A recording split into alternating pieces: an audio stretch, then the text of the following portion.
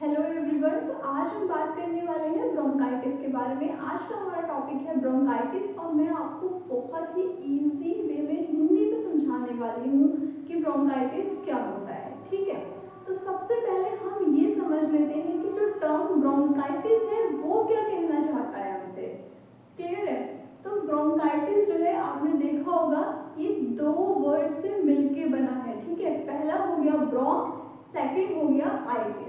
ठीक है, और मैंने आपको एक चीज बताई थी कि जहां भी आइटिस लग जाता है, ठीक है, ये चीज ध्यान रखना, जहां भी आइटिस लग जाए उसका मतलब होता है इन्फ्लेमेशन यानी कि स्वेलिंग, सूजन। ठीक है, किसी भी टर्म के पीछे जाके आइटिस लग जाए तो वहां पे आपने कुछ सोचना ही नहीं है, वहां पे सीधे आपको दिमाग में चीज क्लिक होनी चाहिए कि आइटिस का मतलब होता है स्वेलिंग। ठीक है, ऐसे ही करके यहाँ पे है ब्रोंक। ब्रोंक मतलब यानी कि ब्रोंकियल ट्यूब्स का। ठीक है, ब्रोंकियल ट्यूब्स की स्वेलिंग को ही हम क्या कहते हैं, ब्रोंकाइटिस कहते हैं। ठीक है, ये हमारा बेसिक सा मतलब हो गया टर्म का। अब देख लेते हैं डेफिनेशन क्या कहती है। ठीक है, तो आप देख सकते हो, it is a condition that develops when the airways in the lungs known as bronchial tubes become inflamed and cause coughing often with mucus production। यानी कि ये एक ऐसी कंडीशन है जहाँ पे आपकी ब्रोंकियल ट्यूब्स, ठीक है, जो आपके एयरवे की ब्रोंकियल ट्यूब्स होती हैं उनकी स्वेलिंग हो जाना, उनका इन्फ्लेमेशन हो जाना, और वो किसके किसके थ्रू हो रहा है, कफ, और साथ साथ क्या बन रहा है उसमें, म्यूकस भी बन रहा है। ठीक है, आपकी ब्रोंकियल ट्यूब्स है उनका इन्फ्लेमेशन हो गया, उस इन्फ्लेमेशन के साथ साथ क्या है उसमें म्यूकस का प्रोडक्शन भी हो रहा है, उसको हम बोलते हैं ब्रोंकाइटिस। क्लियर है इतना? देखो मैंने आपके लिए डायग्राम बनाया है, ये हमारा रेस्पिरेटरी ट्रैक्ट है। ठीक है, ये आपके लंग्स है, प्लीज मेरी ड्राइंग पे मत जाना। ठीक है, ये आपकी ब्रोंकियल ट्यूब्स आ गई। ठीक है, ये ट्रेकिया आया आपकी ब्रोंकियल ट्यूब्स आ गई। ठीक है, ब्रोंकियल ट्यूब्स का जो ये वाला पार्ट है ये मैंने आपको दिखाया है यहाँ पे डिटेल में। देखो ये नॉर्मल है। ठीक है, ये नॉर्मल है, तो आप देख सकते हो यहाँ पे कितना स्पेस है। ये इसी स्पेस से हमारे क्या होता है, एयर एक्सचेंज होती है, एयरवे पैसेज है। ठीक है, अब क्या हुआ, ये नॉर्मल था तब तो हमारा इजीली रेस्पिरेशन की प्रोसेस चल रही थी। ठीक है, लेकिन अब क्या हुआ कि यहाँ पे इन्फ्लेमेशन हो गई किसी भी कारण से, वो कारण हम आगे पढ़ेंगे, किसी भी कॉज, किसी भी इटियोलॉजी की वजह से यहाँ पे इन्फ्लेमेशन हो गई। ठीक है, अब जब इन्फ्लेमेशन हो गई तो ये स्पेस था ये कम हो गया, लुमेन का साइज कम हो गया। अब जब साइज कम हो जाएगा तो वहां पे एयर इजीली पास नहीं हो पाएगी। देखो जैसे आप पे ये है, ठीक है, इसका जो ये साइज है ना ये इतना बड़ा है, इसमें मैं अगर सपोज कभी पूरा ऐसे आर पार होता तो मैं यहाँ से अगर एयर यहाँ से करती तो यहाँ से एयर वापस बाहर को आती। ठीक है, अब क्या हुआ, ये नॉर्मल था, लेकिन अगर किसी भी कारण से इसकी लाइनिंग है इसमें इन्फ्लेमेशन हो गई, सूजन आ गई, यहाँ पे म्यूकस इकट्ठा होने लग गया, तो अब ये लाइनिंग का जो ये एरिया है ना, ये इतना वाला एरिया ये कम हो जाएगा। जब ये कम हो जाएगा तो एयर अच्छे से पास नहीं हो पाएगी, और एयर अच्छे से पास नहीं होगी तो क्या होगा, रेस्पिरेशन की प्रोसेस इजीली नहीं हो पाएगी। यही आपका ब्रोंकाइटिस है। ठीक है, आई होप कि आपको समझ आ गया होगा अब कि ब्रोंकाइटिस क्या होता है। बाकी एक और उसमें हम समझ लेते हैं। सपोज करो ये हमारा एक कोई ट्यूब है, ठीक है, ये एक ट्यूब है, नॉर्मली इसका साइज इतना था। ठीक है, इजीली एयर यहाँ से ऐसे करके पास हो रही थी। अब क्या हुआ कि इसमें क्या हुआ, इन्फ्लेमेशन आ गई, इसकी जो ये लाइनिंग थी ना, ये एपिथेलियम, इसमें यहाँ पे सूजन हो गई। ठीक है, किसी भी कारण से अब ये जो है इतनी हो गई। ठीक है, ऐसे इतना हो गया, तो अब एयर अच्छे से पास नहीं हो पाएगी। यही आपका ब्रोंकाइटिस कहलाता है। इसके टाइप्स के बारे में, इसके दो टाइप्स होते हैं, एक्यूट और क्रॉनिक। ठीक है, सबसे पहले हम बात करेंगे एक्यूट की कि एक्यूट ब्रोंकाइटिस होता क्या है। तो देखो जो टर्म एक्यूट है उसका मतलब होता है कि ये डिजीज ज्यादा लंबे समय तक नहीं रहने वाली है। ठीक है, तो आपके जो एक्यूट ब्रोंकाइटिस है ये आपका अराउंड 8 to 10 डेज तक आप लेके चल सकते हो कि इतना आपका ये रहता है। ठीक है, अब बात आपको क्या क्या देखने को मिलेगा, तो यहाँ पर कफ ड्यू टू इन्फ्लेमेशन, यानी कि आपको इसमें कफ होगा, ठीक है। किसकी वजह से होगा, क्योंकि आपके जो ब्रोंकियल ट्यूब्स हैं उनमें इन्फ्लेमेशन हो गया है, ठीक है। तो 1 पॉइंट हो गया आपका कफ ड्यू टू इन्फ्लेमेशन, यानी कि कफ होगा किसकी वजह से, इन्फ्लेमेशन की वजह से। नेक्स्ट आता है विद और विदाउट स्पूटम प्रोडक्शन। जो आपका एक्यूट ब्रोंकाइटिस होता है उसमें स्पूटम प्रोडक्शन हो भी सकता है और नहीं भी, ठीक है। इसमें आपको ये ध्यान देने वाली बात है, विद और विदाउट स्पूटम प्रोडक्शन। अब बात आती है नंबर 3 की, मोस्ट कॉमन टाइप है लंग इन्फेक्शन का, यानी जो लंग्स में इन्फेक्शन होता है उसका सबसे जो कॉमन टाइप है वो आपका एक्यूट ब्रोंकाइटिस है। तो आपको थोड़ा सा क्लियर हुआ होगा कि एक्यूट ब्रोंकाइटिस ज़्यादा लंबे समय तक नहीं रहता, अराउंड 10 डेज आप मान के चल सकते हो। इसमें आपका कफ होगा किसकी वजह से, क्योंकि आपका इन्फ्लेमेशन हुआ है। नेक्स्ट आता है कि विद और विदाउट स्पूटम प्रोडक्शन, ठीक है, और सबसे कॉमन टाइप है आपका ये लंग इन्फेक्शन का। अब बात करते हैं हम क्रॉनिक ब्रोंकाइटिस की, ठीक है। जो टर्म क्रॉनिक है उससे ही हमें पता लगता है कि ये बीमारी लंबे समय तक चलने वाली है और इसके सिम्टम्स भी हमको इतनी जल्दी अर्ली स्टेज में देखने को नहीं मिलेंगे, ठीक है। तो जो क्रॉनिक आपका ब्रोंकाइटिस होता है इसमें क्या होगा, इंक्रीज म्यूकस प्रोडक्शन, ठीक है, म्यूकस प्रोडक्शन ज़्यादा होने लग जाएगा, ठीक है। फर्स्ट पॉइंट ये हो गया। सेकेंड आपका आता है प्रोडक्टिव कफ लास्टिंग 3 मंथ, ठीक है। आपका प्रोडक्टिव कफ होगा और आपको सपोज करो कि आपके पास पेशेंट आया, ठीक है, तो वो क्या बोलेगा कि मुझको जुकाम हो जाता है, मुझे, ठीक है, मुझे जुकाम होता है, कफ होता है, और वो कफ जो है वो 3-3 महीने तक चलता है, ठीक है। 3 महीने से ज़्यादा, उससे कम नहीं होना चाहिए, 3-3 महीने तक वो कफ चलता है। फिर आप पूछोगे कि आपको ऐसा ही मतलब इस साल हुआ, उसके अगले साल भी हो रहा है, तो वो आपको बताएगा कि आप उसको जो कफ रहता है वो 3 मंथ तक होता है पर ईयर, यानी कि हर साल जिसको कफ हो रहा है वो 3-3 महीने तक लगातार उसको कफ रह रहा है इन 2 कंसेक्यूटिव ईयर्स, मतलब है कि इस साल भी हुआ और अगले साल भी हुआ, ठीक है। तो ये आपका इसमें कैरेक्टरिस्टिक फीचर है इसका क्रॉनिक ब्रोंकाइटिस का।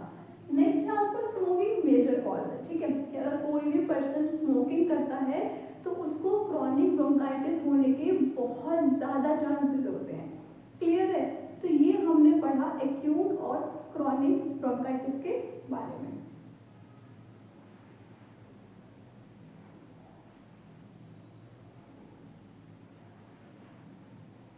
तो अब हम बात करने वाले हैं इसके टाइप्स के बारे में। इसके 2 टाइप्स होते हैं, ठीक है, एक्यूट और क्रॉनिक। तो अगर हम बात करें एक्यूट ब्रोंकाइटिस की, तो इसमें नाम से ही हमें समझ आ रहा है, जो टर्म एक्यूट होता है उसका मतलब है कि वो डिजीज ज़्यादा लंबे समय तक नहीं रहेगी और इसके जो सिम्टम्स होते हैं वो भी आपको अर्ली स्टेज में ही देखने को मिल जाएंगे, आपको शो हो जाएंगे, ठीक है। तो जो एक्यूट ब्रोंकाइटिस है इसमें कफ होता है, किसकी वजह से, इन्फ्लेमेशन की वजह से। मैंने आपको बताया था कि आपकी ब्रोंकियल ट्यूब्स में इन्फ्लेमेशन हो गया है, स्वेलिंग हो चुकी है, उसकी वजह से अब क्या है, कफ, वहाँ पे कफ प्रोडक्शन होने लगे थे, कफ होने लग गया पेशेंट को, ठीक है। नेक्स्ट आपका आता है विद और विदाउट स्पूटम प्रोडक्शन। ये इसका एक कैरेक्टरिस्टिक फीचर है कि यहाँ पे स्पूटम प्रोडक्शन हो भी सकता है और नहीं भी, ठीक है। आपके एक्यूट ब्रोंकाइटिस में किसी किसी केस में आपको देखने को मिलेगा कि वहाँ पे पेशेंट को स्पूटम प्रोडक्शन हो रहा है और किसी किसी केस में आपको देखने को मिल सकता है कि पेशेंट को स्पूटम प्रोडक्शन नहीं हो रहा है, ठीक है। ये पॉइंट क्लियर हुआ यहाँ तक। अब देखो मोस्ट कॉमन टाइप है, यानी कि आपके जितने भी लंग के इन्फेक्शन होते हैं उसमें सबसे ज़्यादा कॉमन टाइप आपको जो देखने को मिलता है वो एक्यूट ब्रोंकाइटिस आपको देखने को मिलेगा, ठीक है। ये आपका कुछ डेज तक होता है, तो आप देख सकते हो कि अराउंड 10 डेज तक आपका एक्यूट ब्रोंकाइटिस आपका रह सकता है, ठीक है। इतना क्लियर हुआ? कोई डाउट कुछ है आपका तो आप इसको वीडियो को दोबारा से रिवाइंड करके देख सकते हो। अब बात करते हैं हम क्रॉनिक ब्रोंकाइटिस की। तो देखो जो क्रॉनिक ब्रोंकाइटिस है, नाम से ही समझ आ रहा है, जो टर्म क्रॉनिक होता है उसका मतलब है ये बीमारी लंबे समय तक चलेगी और जो क्रॉनिक आपकी डिजीजेज होती हैं उनके सिम्टम्स आपको इतनी अर्ली स्टेजेस पे देखने को नहीं मिलते हैं, ठीक है। एक्यूट आपके जो क्रॉनिक ब्रोंकाइटिस है इसमें आपका क्या होगा, इंक्रीज म्यूकस प्रोडक्शन एंड कफ। ठीक है, यहाँ पे क्या होगा, आपका म्यूकस का प्रोडक्शन बढ़ जाएगा। उसमें म्यूकस स्पूटम का प्रोडक्शन हो भी सकता था, नहीं भी, लेकिन यहाँ पे आपका जो म्यूकस का प्रोडक्शन है अब वो बढ़ रहा है, वो तेजी से हो रहा है। ठीक है, नेक्स्ट है आपका productive cough lasting 3 months per year in 2 consecutive years। ये इसका कैरेक्टरिस्टिक फीचर है। अगर कोई पेशेंट आपको आके ये बताता है तो आपके माइंड में तुरंत क्लिक होना चाहिए कि ये जो है क्रॉनिक ब्रोंकाइटिस का सिम्टम है। आपको पेशेंट आके बोलेगा कि मुझे कफ हो जाता है, ठीक है, आप बोलोगे कितने दिन तक रहता है, तो वो आपको बताएगा कि मुझे 3 महीने या उससे ज़्यादा तक मुझे कफ चलता है, यानी कि एक बार हुआ तो वो 3 महीने लग जाते हैं उस कफ को। ठीक है, आप बोलोगे अच्छा आपको हर साल होता है, तो वो बताएगा हाँ ये मुझे हर साल होता है। फिर आप पूछोगे अच्छा इससे पिछले साल भी हुआ था, तो वो आपको बताएगा जी हाँ पिछले साल भी मुझे ऐसा हुआ था। यानी कि कफ होना, 3 महीने उससे ज़्यादा समय तक वो कफ का रहना, और फिर वो आपका हर साल हो रहा है। और अगर आप उससे पूछते हो, पेशेंट की हिस्ट्री लेते हो, तो 2 कंसेक्यूटिव ईयर्स में आपको वो देखने को मिल जाएगा। ठीक है, तो ये कैरेक्टरिस्टिक फीचर है आपका क्रॉनिक ब्रोंकाइटिस का। अब बात आती है इसमें कि इसका मेजर कॉज क्या है। इसका स्मोकिंग जो है वो मेजर कॉज है, यानी कि अगर कोई स्मोक कर रहा है तो उसमें आपको क्रॉनिक ब्रोंकाइटिस देखने को मिल सकता है। क्योंकि हम बोलते हैं ना कि जो स्मोकिंग करते हैं उनमें रिजल्ट तुरंत देखने को नहीं मिलते कि हाँ आज स्मोकिंग कर रही हो कल को उन्हें कोई प्रॉब्लम हो गई, कोई रेस्पिरेटरी डिजीज हो गई, ऐसा नहीं होता है। जो स्मोकिंग है वो धीरे धीरे आपकी जो ब्रोंकियल ट्यूब्स की लाइनिंग है उसको डैमेज करती है, वो डैमेज होगी, उनमें इन्फ्लेमेशन होगा, और उसके बाद में उस जो पर्सन है उसको क्रॉनिक ब्रोंकाइटिस देखने को मिल सकता है, और ये बहुत ही सीरियस प्रॉब्लम हो सकती है। ठीक है, तो यहाँ तक हमने पढ़ा आपका टाइप्स के बारे में। आप पढ़ते हैं इसकी इटियोलॉजी, आपकी sign and symptoms and management. तो अब हम बात करने वाले हैं इसकी इटियोलॉजी और इसकी पैथोफिजियोलॉजी के बारे में। ठीक है, इटियोलॉजी का मतलब होता है कि ऐसे कौन से कारण हैं, कॉजेज हैं जिसकी वजह से ये डिजीज हो रही है। और पैथोफिजियोलॉजी का मतलब होता है कि वो किस तरीके से हम पूरा पढ़ेंगे कि कैसे कैसे करके वो पूरी डिजीज होती है। ठीक है, तो सबसे पहले बात करें इसकी इटियोलॉजी की, तो देखो मैंने आपको बताया था ये बैक्टीरिया और वायरसेस से भी हो सकती है। ठीक है, तो माइकोप्लाज्मा निमोनिया आपका एक तरीके का बैक्टीरिया है, इससे आपको ब्रोंकाइटिस हो सकता है। ठीक है, नंबर 2 आता है आपका इन्फ्लुएंजा टाइप ए और बी, यानी कि आपका जो एक वायरस होता है इन्फ्लुएंजा टाइप ए और टाइप बी, इससे भी आपका ब्रोंकाइटिस हो सकता है। ठीक है, नेक्स्ट है स्मोकिंग। देखो स्मोकिंग तो मेजर कॉज है आपका क्रॉनिक ब्रोंकाइटिस का। कोई अगर पर्सन स्मोकिंग कर रहा है तो उसको बहुत ज़्यादा चांसेस है कि उसे ब्रोंकाइटिस हो सकता है। ठीक है, नेक्स्ट है आपका वीक इम्यून सिस्टम। अब वीक इम्यून सिस्टम किस तरीके से होगा कि अगर किसी सपोज करो कोई पर्सन अगर वो किसी और डिजीज से पहले ही सफ़र कर रहा है, उसका इम्यून सिस्टम बहुत वीक है और वो साथ में स्मोकिंग भी कर रहा है, या फिर उसको उसकी ऑक्यूपेशनल जो सेटिंग्स हैं वो उतनी अच्छी नहीं है, तो उसको कोई भी वायरस कोई भी बैक्टीरिया इजीली अटैक करेगा। क्योंकि हमें पता है कि अगर किसी का इम्यून सिस्टम उतना स्ट्रॉन्ग नहीं है तो उसको बहुत चांसेस होते हैं कि कोई भी डिजीज जल्दी से जल्दी हो सकती है। ठीक है, नेक्स्ट आपका आता है ऑक्यूपेशन। अब ऑक्यूपेशन किस तरीके से हो सकता है, तो देखो बहुत सारे लोग ऐसे हैं जो ऐसी सेटिंग्स में काम कर रहे हैं जहाँ पे उनको जो डस्ट पार्टिकल्स हैं वो इनहेल करते हैं। सपोज करो कोई सीमेंट इंडस्ट्री में वर्क कर रहा है, ठीक है, तो वो क्या करता है कि वो पर्सन जो है वो रेगुलर बेसिस पे वो डस्ट पार्टिकल जो है ना वो इनहेल कर रहा है, और वो डस्ट पार्टिकल जा करके उसकी जो लाइनिंग है उसको इरिटेट करते हैं, और जब वो लाइनिंग इरिटेट होगी तो वहाँ पे ऑब्वियसली क्या होगा, इन्फ्लेमेशन होगा। तो इसलिए कुछ लोग जो होते हैं वो स्मोकिंग नहीं करते हैं, बट हाँ अगर आप उनसे पूछोगे कि आपकी जो ऑक्यूपेशनल सेटिंग है जहाँ पे आप काम करते हो वो कैसा एरिया है, तो वो बताएंगे कि हाँ वो सीमेंट इंडस्ट्री में काम करते हैं, या फिर कुछ जो लेबर वर्कर्स होते हैं, ठीक है, जो जैसे धूल मिट्टी विट्टी लेके चलते हैं ना, उनको भी बहुत चांसेस होते हैं कि हाँ उनको ब्रोंकाइटिस हो सकता है। ठीक है, तो ये कुछ कॉजेज थे जो मैंने यहाँ पे आपको बताए हैं। आई होप कि आपको क्लियर हो गया होगा कि ब्रोंकाइटिस क्या है, उसके टाइप्स क्या थे, उसके कॉजेज क्या है। अब बात आती है सबसे इम्पोर्टेंट चीज़ की, जिसको स्टूडेंट को सबसे ज़्यादा डर भी इसी से लगता है, ठीक है, कि पैथोफिजियोलॉजी क्या होगी, हम पैथोफिजियोलॉजी कैसे करके लिखें। तो देखो यहाँ मैंने आपके लिए बहुत ही इजी वे में पैथोफिजियोलॉजी लिखी है। आप अगर इसको अपने एग्जाम्स में लिखते हो, यूनिवर्सिटी एग्जाम्स में, तो आपको फुल मार्क्स मिलेंगे, कोई आपके मार्क्स नहीं कट कर सकता, ठीक है। तो सबसे पहले हम बात करते हैं इसकी पैथोफिजियोलॉजी की। तो देखो सबसे फर्स्ट आता है ट्रिगर, ठीक है। ट्रिगर आपका कुछ भी हो सकता है, ट्रिगर आपका स्मोकिंग हो सकती है, आपके वायरस हो सकती है, आपका बैक्टीरिया हो सकता है, ठीक है। ये आपके किस में आएंगे, ट्रिगर्स में आएंगे। कोई भी अगर ट्रिगर मिलेगा फिर क्या होगा, फिर क्या है, आपका इन्फ्लेमेशन रहेगा ब्रोंकियल ट्यूब्स का, ठीक है।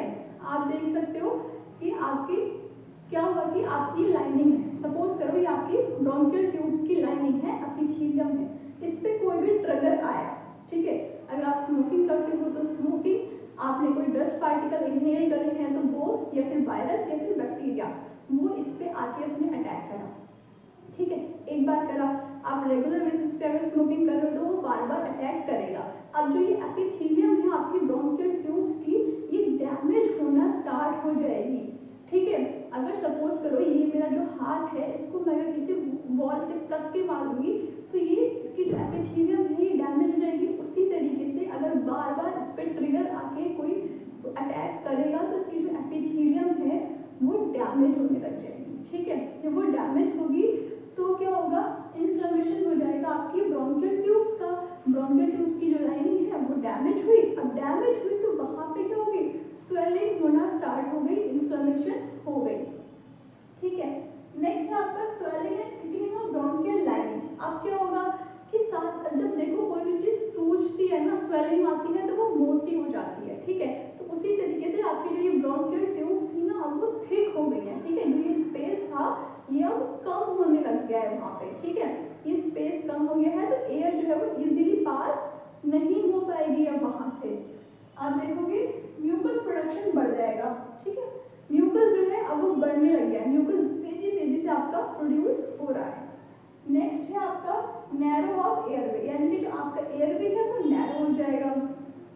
ऑब्स्ट्रक्टेड एयर फ्लो और ब्रोंकाइटिस। तो देखो सबसे पहले कोई भी ट्रिगर आया, उसने आके अटैक करा, ठीक है। रेगुलर बेसिस पे ट्रिगर अटैक कर रहे हैं, जो आपकी लाइनिंग है इसकी क्या होगी, डैमेज होगी।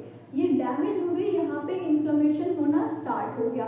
अब जब इन्फ्लेमेशन हुआ तो जो आपका ये जो लूमेन था ये पहले इतना था, अब क्या होगा, यहाँ पे थिक हो गया, ये मोटा हो गया, उसका साइज छोटा हो गया, ठीक है। साइज छोटा हो गया तो एयर जो है आपकी वो इजीली पास नहीं हो पा रही है, नैरो हो चुका है एयरवे, तो ऑब्स्ट्रक्शन आ रहा है। ऑब्स्ट्रक्शन आएगा तो क्या होगा, शॉर्टनेस ऑफ ब्रेथ होगी पेशेंट को, और उसी को हम बोलते हैं ब्रोंकाइटिस, ठीक है। तो यहाँ मैंने आपको बहुत सिंपल वे में कोशिश करी है कि मैं समझाऊं इसकी पैथोफिजियोलॉजी को। आई होप कि अब आपको पैथोफिजियोलॉजी क्लियर हो गई होगी कि स्वेलिंग हुई। तो अब हम बात करने वाले हैं इसके आपके क्लिनिकल फीचर्स क्या होंगे, इनकी साइन एंड सिम्टम्स क्या होंगे, आपका इसका मैनेजमेंट आप किस तरीके से करोगे, ठीक है। तो सबसे पहले हम बात करते हैं इसके साइन एंड सिम्टम्स की। साइन एंड सिम्टम्स को ये क्लिनिकल फीचर्स भी कहते हैं। तो अगर आपके क्वेश्चन में आ जाता है क्लिनिकल फीचर्स इसके बताओ, तो साइन एंड सिम्टम्स की ही वहाँ बात हो रही है। तो सबसे पहले जो आपका एक्यूट ब्रोंकाइटिस है उसमें आपको शॉर्टनेस ऑफ ब्रेथ देखने को मिलेगा, ठीक है। पेशेंट को सांस अच्छे से नहीं आएगी, वहाँ पे आपको शॉर्टनेस ऑफ ब्रेथ देखने को मिल सकता है, ठीक है। नेक्स्ट है आपको व्हीजिंग साउंड, जब वो सांस लेगा तो वहाँ पे आपको व्हीजिंग साउंड सुनने को मिलेगा। नेक्स्ट आता है आपको बॉडी एक और हेडेक। आपको पेशेंट आपको बताएगा कि मेरे जो है पूरे शरीर में दर्द रहता है या फिर उसके सर में दर्द हो सकता है, ठीक है। नेक्स्ट है फीवर। अब आपका क्या हुआ, इन्फ्लेमेशन हुआ है, वहाँ पे वायरस बैक्टीरिया आके अटैक कर रहे हैं, तो फीवर आना बहुत ही कॉमन सिम्टम इसका है, ठीक है। फीवर हो सकता है। चेस्ट टाइटनेस, ये आपका इसमें थोड़ा ध्यान देने वाला और आपको एक माइंड में क्लिक करेगा आपके कि वो पेशेंट आपको बोलेगा कि मेरे सीने में जकड़न रहती है। क्यों? क्योंकि वहाँ पे म्यूकस का प्रोडक्शन होने लग गया है, कफ है पेशेंट को आपके, तो आपको ब्रोंकाइटिस में देखने को मिल सकता है कि आपका पेशेंट आपको बोलेगा कि चेस्ट टाइटनेस है, ठीक है। ये कुछ फीचर्स थे आपके एक्यूट ब्रोंकाइटिस के। अब देखो जो क्रॉनिक ब्रोंकाइटिस है इसका आपके सबसे इम्पॉर्टेंट जो क्लिनिकल फीचर है वो यही है कि आपका पेशेंट आपको बोलेगा कि उसको 3 महीने से ज़्यादा से क्या है, कफ है, हर साल होता है, और अगर आप उससे पूछोगे तो वो बताएगा आपको कि हाँ उसको इससे पिछले साल भी कफ हुआ था, मतलब उसको हर साल होता है ऐसा। ठीक है, ये आपके क्या है कुछ क्लिनिकल फीचर्स हैं ब्रोंकाइटिस के। ठीक है, अब बात आती है इसकी डायग्नोस्टिक इवैल्यूएशन की कि किस तरीके से हम इसको डायग्नोसिस करेंगे। तो सबसे पहले देखो कोई भी अगर आपकी रेस्पिरेटरी डिजीज होती है तो उसमें हम चेस्ट एक्सरे कराते हैं। ठीक है, जो आपके डॉक्टर होंगे वो पेशेंट को चेस्ट एक्सरे के लिए बोलेंगे ताकि उससे पिक्चर क्लियर हो सके।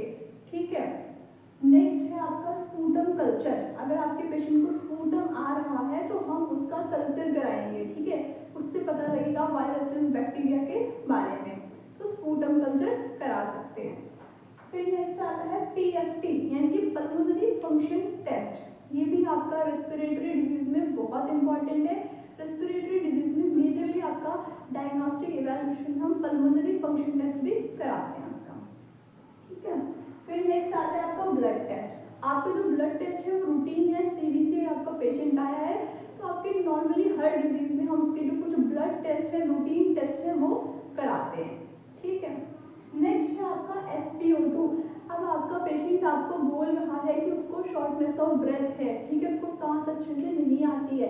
जब उसको सांस अच्छे से नहीं आती है तो हो सकता है कि उसका जो SpO2 लेवल है वो कम हो गया हो, तो आपको उसका SpO2 लेवल चेक करना है। पल्स ऑक्सीमीटर से आप चेक कर सकते हो। अगर उसका SpO2 लेवल 90 से कम जा रहा है तो आपको उसको ऑक्सीजनेशन देनी पड़ेगी, आपको उसको ऑक्सीजन सप्लाई देनी पड़ेगी बाहर से। ठीक है, ये आपके कुछ क्या थे डायग्नोस्टिक इवैल्यूएशंस थे। अब बात आती है इसके ट्रीटमेंट की या फिर मैनेजमेंट की, वो हम कैसे करेंगे।